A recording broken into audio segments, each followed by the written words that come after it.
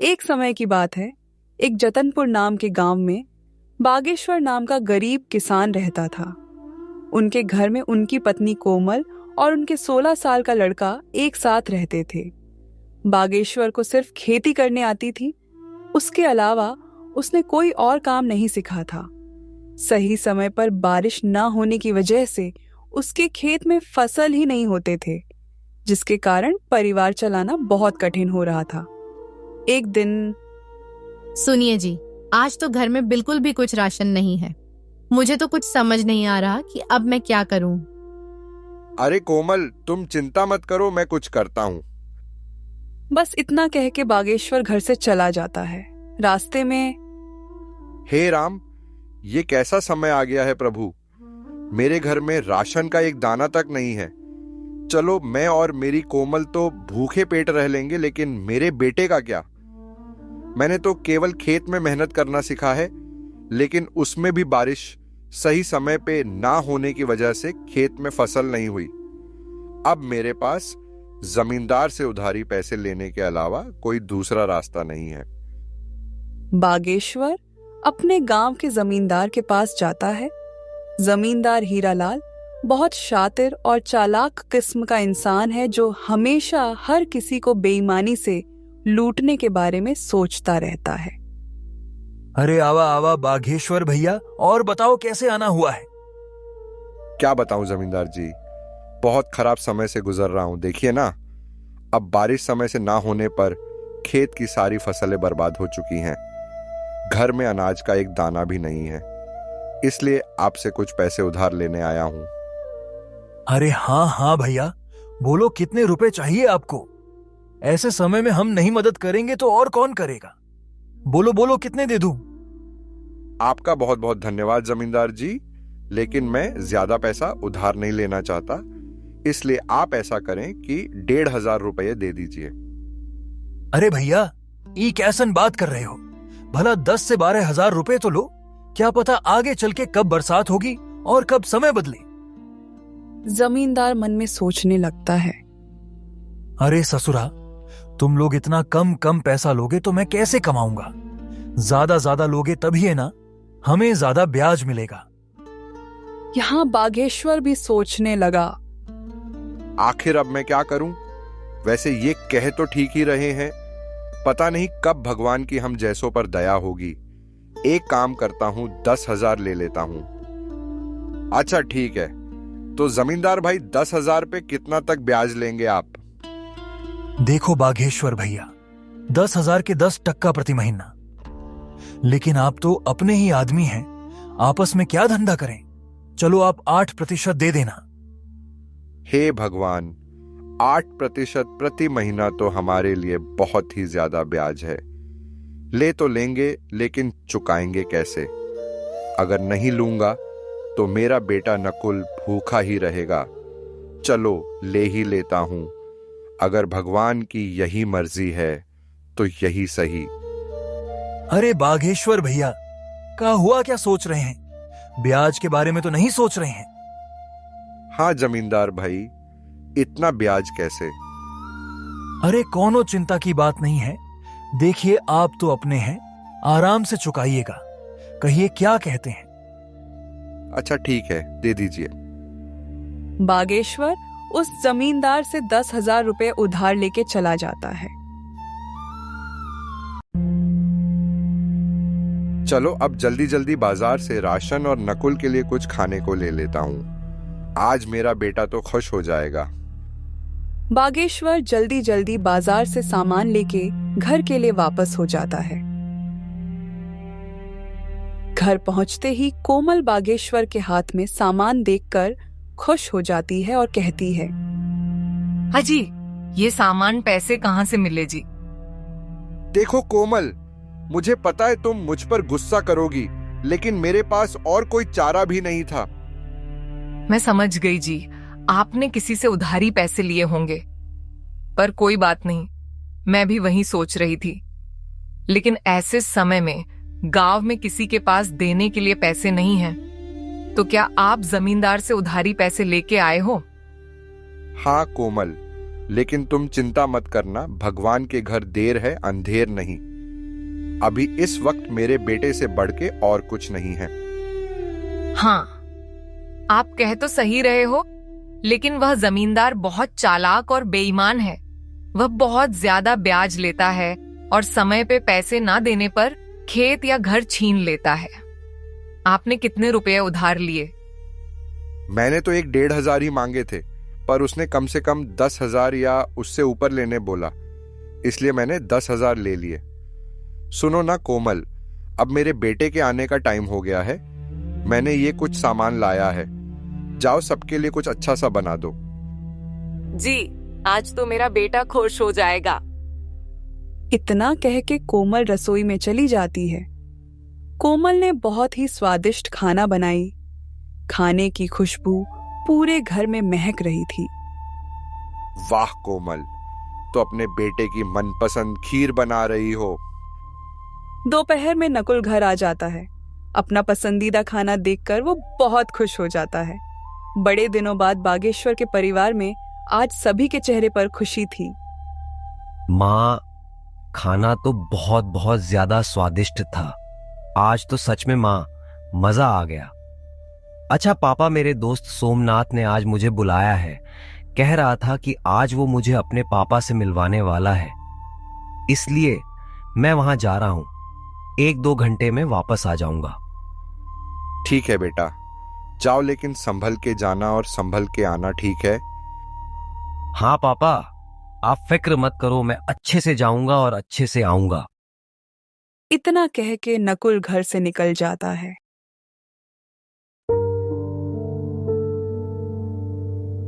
भगवान, मैं जानता हूं कि हमारे खेत में थोड़ा भी फसल नहीं हुआ है और मेरे पिताजी सिर्फ मेरे लिए पैसों का इंतजाम किए हैं।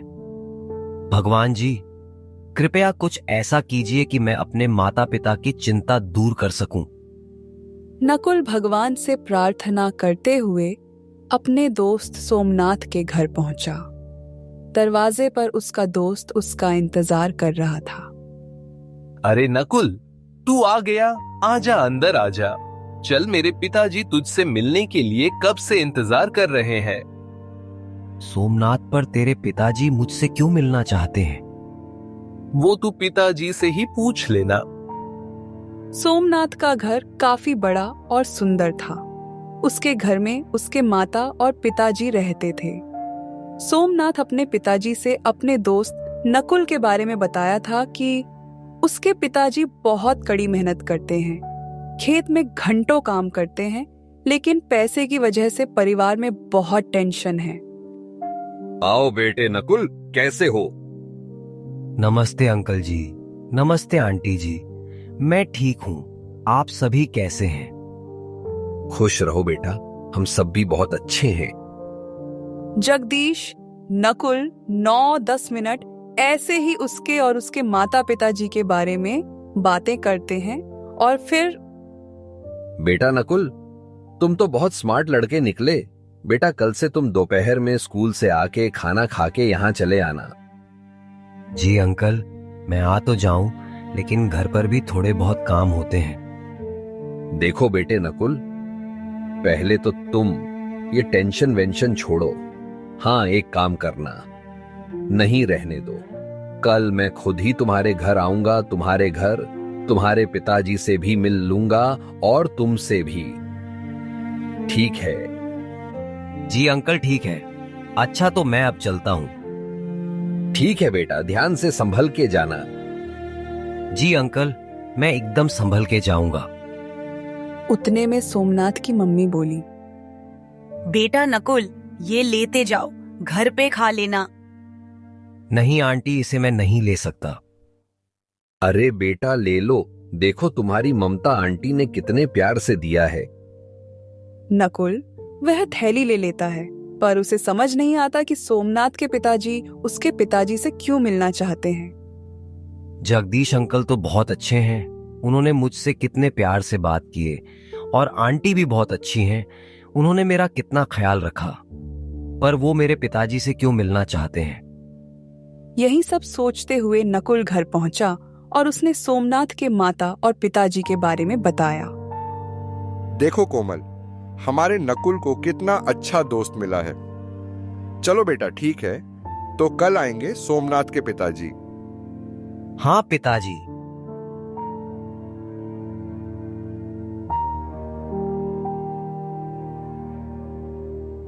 अगले दिन दोपहर में सोमनाथ अपने पापा को नकुल के घर ले आया।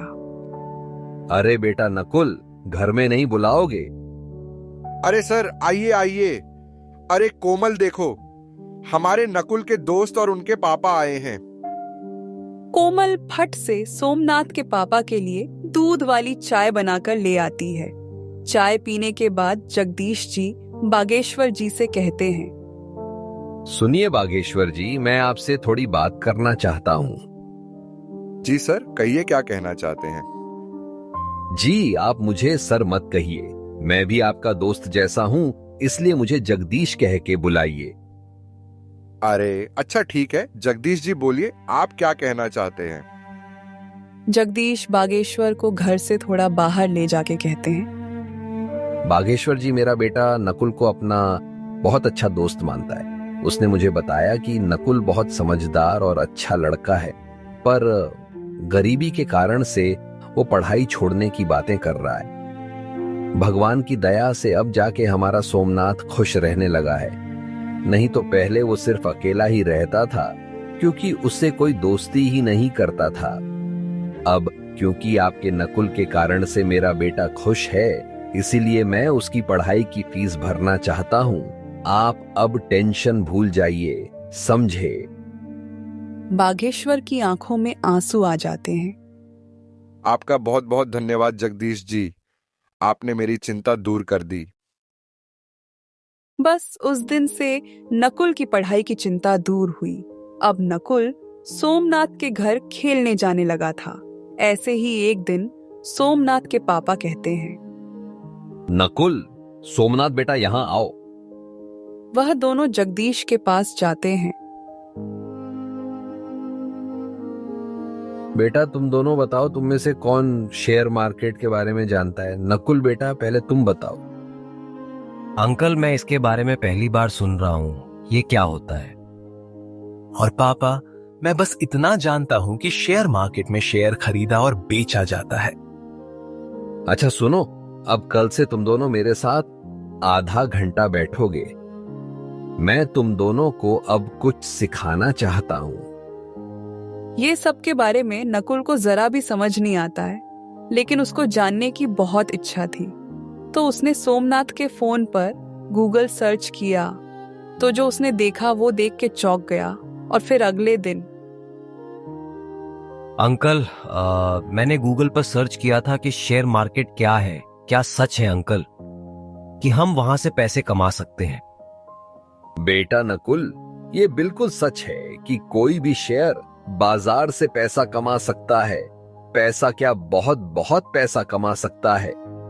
लेकिन बेटा, चीजें दिखने में जितनी आसान होती हैं, असल में उससे कई ज्यादा मुश्किल होती है। अंकल, मैं कुछ समझ नहीं पाया, आप क्या कह रहे हैं? मैं ऊपर वाले कमरे में जा रहा हूं, अपने दोस्त को लेकर वहीं आ जाओ, मैं अब सब कुछ वहीं बताऊंगा। ठीक है अंकल। उसके बाद 5 मिनट में नकुल और सोमनाथ ऊपर वाले कमरे में जाते हैं। वहां वो लोग देखते हैं कि एक बहुत बड़ा कंप्यूटर है, एक लैपटॉप है, एक टैबलेट पर बहुत सारे अलग अलग चार्ट खुले हैं। मिनट मिनट में लाल या हरी मोमबत्तियां बन रहे हैं। उन्हें ये सब कुछ समझ नहीं आता, लेकिन नकुल को इतना मालूम पड़ चुका था कि ये शेयर मार्केट कुछ तो है। वो दोनों जगदीश से पूछते हैं, पापा, ये क्या है? मैं आज तक नहीं जानता था कि आपके कार्यस्थल पर इतना बड़ा कंप्यूटर है। दरअसल आपका इतना बड़ा ट्रेडिंग सेटअप है। हाँ सोमनाथ, ये मेरा ट्रेडिंग सेटअप है। मैं यही काम करता हूं। लेकिन बेटा, तुम्हें कभी यहां आने की जिज्ञासा ही नहीं थी, इसलिए हमने भी तुम्हें कभी इस बारे में नहीं बताया।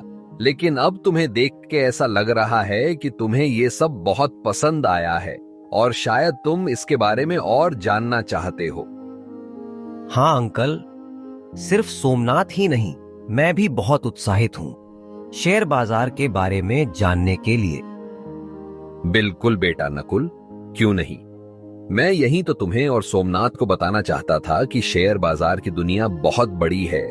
इसमें अगर महानता हासिल कर ली जाए तो उसकी जेब में हजारों लाखों में हमेशा रहे। अच्छा, तो तुम दोनों अब यहां से जाओ, नीचे खेलो। लेकिन हां, कल से मैं तुम दोनों को थोड़ा थोड़ा बाजार के बारे में बताना शुरू करूंगा। पापा, मुझे पता है कि अब मेरा दोस्त इसे सीखने के लिए बहुत उत्साहित है। अब उसका खेलने में मन नहीं लगेगा। उसका क्या, मेरा भी नहीं लगेगा, क्यों नकुल? हाँ अंकल, प्लीज अभी से सिखाना शुरू कर दीजिए ना। वैसे भी अभी कोई जरूरी काम नहीं है, तो हम फ्री ही हैं। बच्चों की अंदर की ये जिज्ञासा देखकर जगदीश मन ही मन खुश हो जाते हैं। लेकिन बेटा, इसे सिखाने के लिए मुझे सोचना पड़ेगा कि शुरुआत कैसे और कहां से करूं। इसलिए शुरुआत तो कल से ही होगी। लेकिन अब तुम दोनों इतना कह रहे हो तो थोड़ी बुनियादी बातें बता ही देता हूं। जगदीश जी उन्हें एक जगह बिठाते हैं और कहते हैं, बेटा सुनो, पहली बात अच्छे से समझो कि शेयर मार्केट क्या है, यानी इंग्लिश में व्हाट इज शेयर मार्केट। तो ये एक इंटरनेट पे ऐसा जगह होता है जहां दुनिया के हजारों लाखों कंपनियां एक जगह पर रजिस्टर्ड होती हैं। यहां सभी कैटेगरीज की कंपनियां होती हैं, टेक्नोलॉजी से लेके बैंक तक। यहाँ पे सामान जैसे कमोडिटी कहते हैं, जिनमें गोल्ड, सिल्वर, क्रूड ऑयल और भी चीजें होती हैं। बस उस दिन जगदीश जी नकुल सोमनाथ को बस यही कुछ बेसिक बातें बताते हैं। लेकिन नकुल रात में भी स्टॉक मार्केट के बारे में सोचने से खुद को नहीं रोक पाता। वो हमेशा सोचते रहता है कि हे भगवान, आपका और जगदीश चाचा का लाख लाख धन्यवाद। आखिरकार मुझे एक ऐसा चीज पता चल गया जहां से मैं अपने परिवार को इस गरीबी से बाहर निकाल सकता हूं। मैं अपनी जी जान लगा दूंगा इसे सीखने में। बस आप मेरा साथ मत छोड़िएगा। घर के एक कोने से नकुल की माँ कोमल देखती है और वो बागेश्वर से जाके कहती है, हाजी सुनिए। हाँ, क्या हुआ कोमल, क्या बात है? आज हमारा नकुल कुछ परेशान सा नहीं लग रहा? देखिए ना, कब से करवटें बदल रहा है। हाँ कोमल, तुम ठीक कहती हो, चलो जाके पूछते हैं। बागेश्वर और कोमल दोनों नकुल के पास जाके पूछते हैं, बेटा नकुल, ओ नकुल, क्या बात है बेटा? नींद नहीं आ रही, कोई बात है तो हमें बता सकता है। पापा मम्मी, मैं तो ये सोच रहा था कि आप लोगों को कैसा लगेगा जब मैं एक सफल आदमी बन जाऊंगा। हमारा भी एक अच्छा सा घर होगा। धत्त पगला, हम दोनों तो डर ही गए थे। बेटा, हम लोग बहुत खुश होंगे उस समय जब तुम एक सफल आदमी बन जाओगे, है ना कोमल? हाँ जी, बिल्कुल सही कह रहे हैं आप। हमारा नकुल सफल हो जाएगा तो कितना अच्छा होगा। मम्मी पापा, अब आप लोग भी जाइए और सो जाइए। और हाँ, चिंता बिल्कुल मत करना। फिर बागेश्वर और कोमल भी सोने चले जाते हैं। अगले दिन नकुल अपने साथ एक कलम और एक किताब लेके बहुत उत्साह के साथ सोमनाथ के घर जाता है। दरवाजे पर उसका दोस्त उसकी राह देख रहा है। तेरा चेहरा देख के समझ आ रहा है कि तेरा मन आज सिर्फ शेयर मार्केट के बारे में सीखना चाहता है ना? हाँ सोमनाथ, अच्छा देर नहीं करते हैं, चल फटफट अंकल के पास जाते हैं। लेकिन वो दिख नहीं रहे, कहाँ हैं? अरे नकुल, थम जा यार। अच्छा चल, वो ऊपर के कमरे में हम दोनों का इंतजार कर रहे हैं। वो दोनों ऊपर के कमरे में जाते हैं। वहां जगदीश जी इनको सिखाने की तैयारी कर रहे थे। अरे बच्चों, तुम आ गए। आओ आओ, अब जल्दी जल्दी यहाँ बैठ जाओ।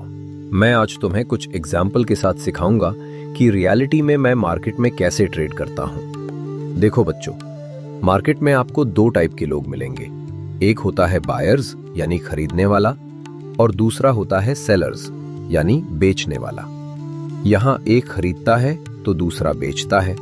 अब आगे सिखाने से पहले मैं तुमको 3 पिलर्स ऑफ सक्सेस बताना चाहता हूँ। क्या तुम दोनों में से कोई पॉइंट्स बता सकते हो?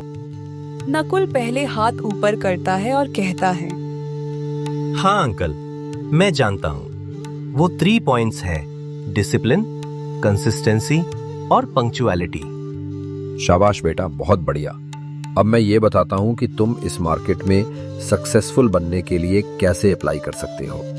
देखो बेटा, सबसे पहले डिसिप्लिन, जिसका मतलब होता है किसी भी काम का एक प्रॉपर स्ट्रक्चर होता है। तुम्हें उसके हिसाब से ही वो काम करना चाहिए। जैसे मार्केट में हर एक काम करने का सही तरीका होता है।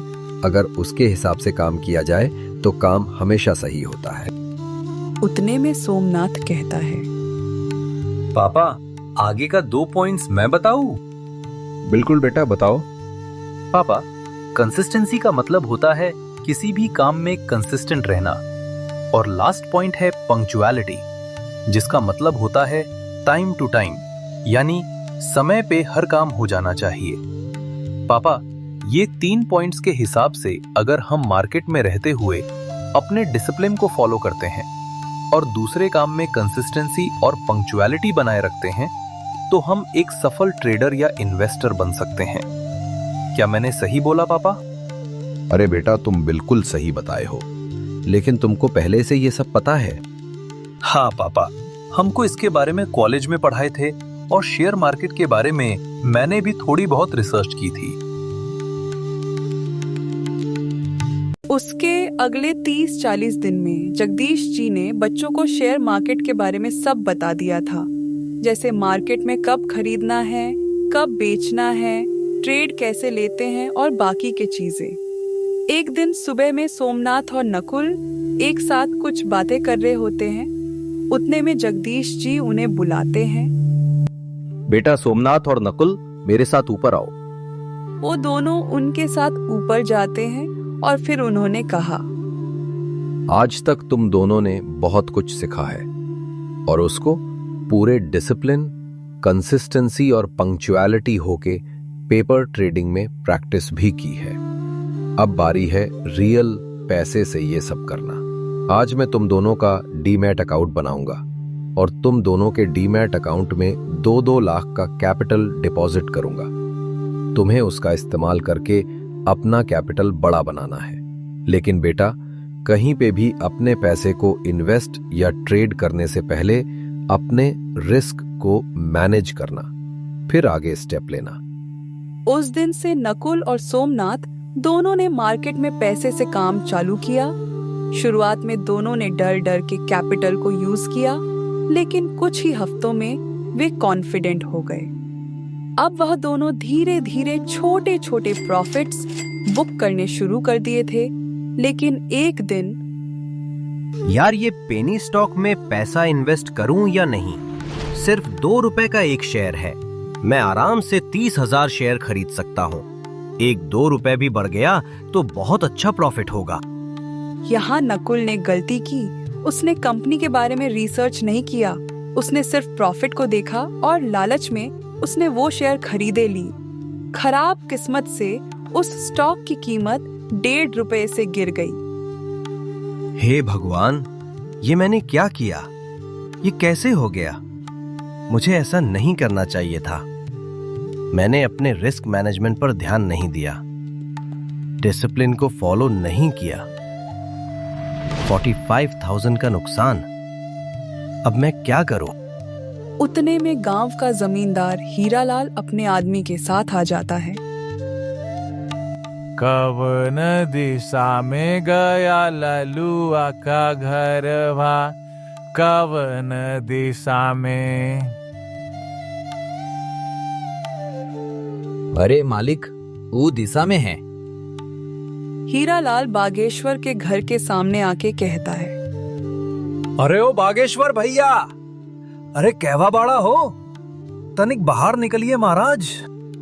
अरे कोमल, लगता है जमींदार अपने पैसे लेने आया है। तुम यहीं रुको, मैं देख के आता हूँ। बागेश्वर घर से बाहर आता है। अरे जमींदार जी, नमस्कार। अरे भैया नमस्कार नमस्कार। बागेश्वर भैया, हम कह रहे थे कि पैसवा कब दीजिएगा? अभी भी 4,000 ब्याज सहित बचा है, याद है कि भुला गए? नहीं जमींदार जी, भूले नहीं हैं, बस इस वक्त घर में परिस्थिति कुछ ठीक नहीं चल रही। मुझे 1-2 महीने का और समय दे दीजिए, मैं आपके बचे हुए पैसे ब्याज के साथ चुका दूंगा। देखिए बागेश्वर भैया जी, आपको समय चाहिए तो ले लीजिए, लेकिन आज से उस पे 25% ब्याज लगेगा, समझ गए? उतने में नकुल की आंख खुली। उसने माँ से पूछा, माँ, ये शोर कैसी है? बेटा, 1.5 साल पहले तुम्हारे पापा उस जमींदार से पैसे लिए थे। हमें कुछ पैसे अभी देने बाकी है, वो वही मांगने आया है। नकुल घर से बाहर आता है और जमींदार से कहता है, प्रणाम जमींदार जी। अरे खुश रहा बचवा, हमेशा सम्मानित जीवन जियोगे तुम। तनिक अपने पिताजी से कहिए हमरा पैसा लौटा दे जल्दी से। नकुल अपनी जेब से मोबाइल निकालता है और कहता है, कहिए जमींदार जी, आपके ब्याज सहित कितने रुपए हुए हैं? हाँ बबुआ, तुम दोगे का बताओ। हाँ कहिए, कितने हुए? ए जी सुनो, हमको जरा डायरिया दो, जरा चेक ना करना पड़ेगा। जमींदार डायरी में देखता है और कहता है, देखा बबुआ, आपके 4,000 रुपया पर 8% ब्याज के साथ 1.5 साल का होता है, सिर्फ 4,576 रुपया। आप अकाउंट नंबर बोलिए, मैं अभी पूरे पैसे आपके अकाउंट में ट्रांसफर कर देता हूँ। हीरालाल अपना अकाउंट नंबर बताता है। नकुल ब्याज सहित पूरे पैसे उसके अकाउंट में ट्रांसफर कर देता है। मैसेज आने के बाद जमींदार वहां से चला जाता है, लेकिन यहाँ बागेश्वर को समझ नहीं आ रहा था कि नकुल के पास पैसे कहाँ से आए। तो उसने नकुल से पूछा, ए नकुल बेटा, ये तुम कैसे किए? हमारा मतलब है कि तुम्हारे पास इतने पैसे कहाँ से आए? इतने में कोमल कहती है, अरे क्या हुआ जी? मम्मी पापा, देखिए आप दोनों शांत हो जाइए। अब आपका लड़का इंटरनेट की मदद से पैसे कमा रहा है, बस वहीं से कुछ पैसे बचा कर रखे थे तो वही दे दिए। समझे पिताजी? अब आप बस चिंता मुक्त हो जाइए। ये तुम क्या कह रहे हो? ऐसा भी भला होता है क्या? इंटरनेट से कैसे कोई पैसा कमा सकता है? पापा, जगदीश अंकल मुझे और सोमनाथ, हम दोनों को शेयर मार्केट में काम कैसे करते हैं सिखाए थे। बस मम्मी पापा वहीं से हम थोड़े बहुत पैसे कमा रहे हैं। लेकिन अब आप लोग अपने सपने सजाने शुरू कर दीजिए, क्योंकि अब हमारा भी समय बदलने वाला है। ये सुन के कोमल और बागेश्वर दोनों ही बहुत खुश होते हैं। अगले दिन जब नकुल जगदीश जी से मिला तो उसने बहुत ही नरम आवाज में उनसे कहा। उसकी आंखों में थोड़े बहुत आंसू भी थे। अरे नकुल बेटे, इसमें कोई बड़ी बात नहीं बेटा, ऐसा होता रहता है। लेकिन जब तुम अपने आप पर कंट्रोल रखोगे, वो 3 पॉइंट्स को जितना फॉलो करोगे, तुमसे ये सभी गलतियां उतनी ही कम होंगी और तुम्हारा पोर्टफोलियो उतना ही बड़ा होगा। समझे ना बेटा? इसलिए अब ये सब भूल जाओ, ठीक है? और जितने पैसे बचे हैं उतने से ही फिर शुरुआत करो। ऐसा सुनने के बाद नकुल को थोड़ा अच्छा लगता है और वो उस दिन से कहीं भी अपने पैसे को इन्वेस्ट या ट्रेड करने से पहले बहुत अच्छी तरह से सोचता है। ऐसे करते करते 6 महीने बीत जाते हैं। अब सोमनाथ का 2 लाख रुपया अब 9 लाख और नकुल का 2 लाख 7.5 लाख बन चुके थे।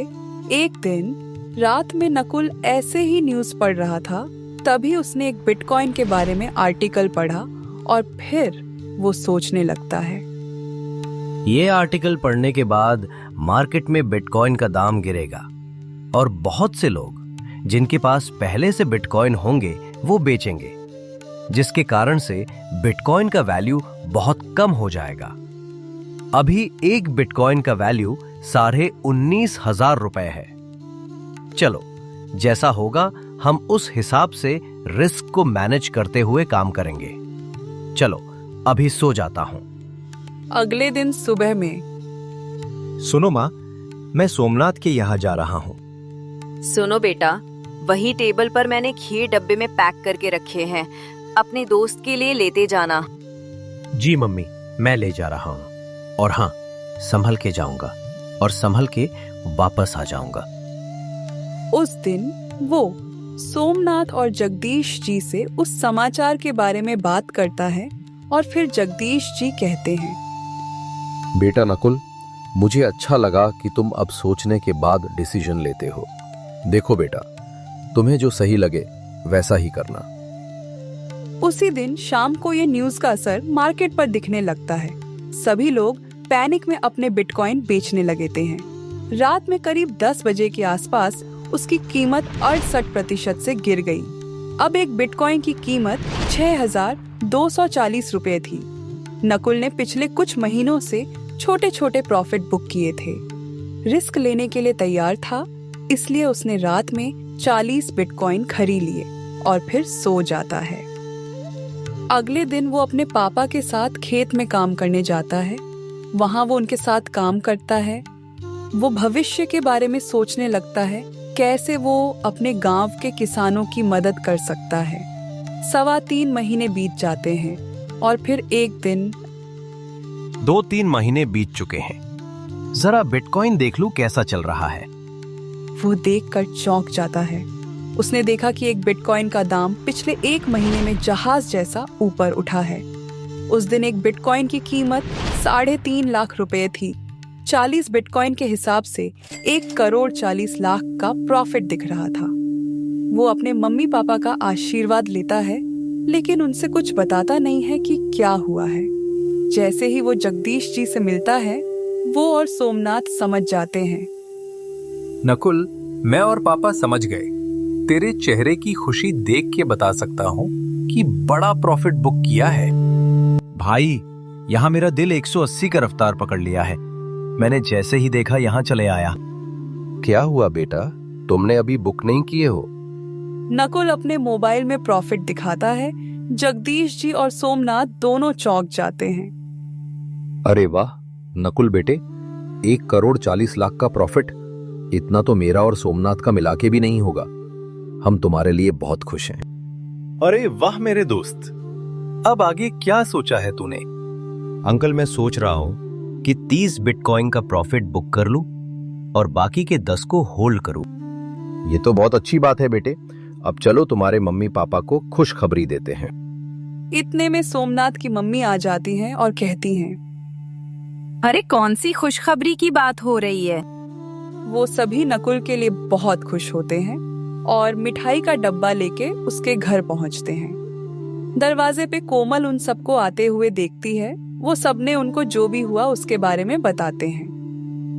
क्या बात कर रहे हो जगदीश जी? अरे सुनती हो कोमल, अब हमारा बेटा करोड़पति बन गया है। सब बहुत खुश हो जाते हैं। नकुल और सोमनाथ ने मिलके गांव में सोलर पैनल लगवाए और बोरिंग करके उसमें पावर मशीन लगवाते हैं, जिसकी वजह से अब गांव के किसानों की पानी की चिंता खत्म हुई। अब वो गांव के हर आदमी को बताते हैं कि पैसे सिर्फ खेती में काम करने से नहीं, दिमाग से भी कमाए जा सकते हैं। इसलिए अपने बच्चों को जरूर पढ़ाएं।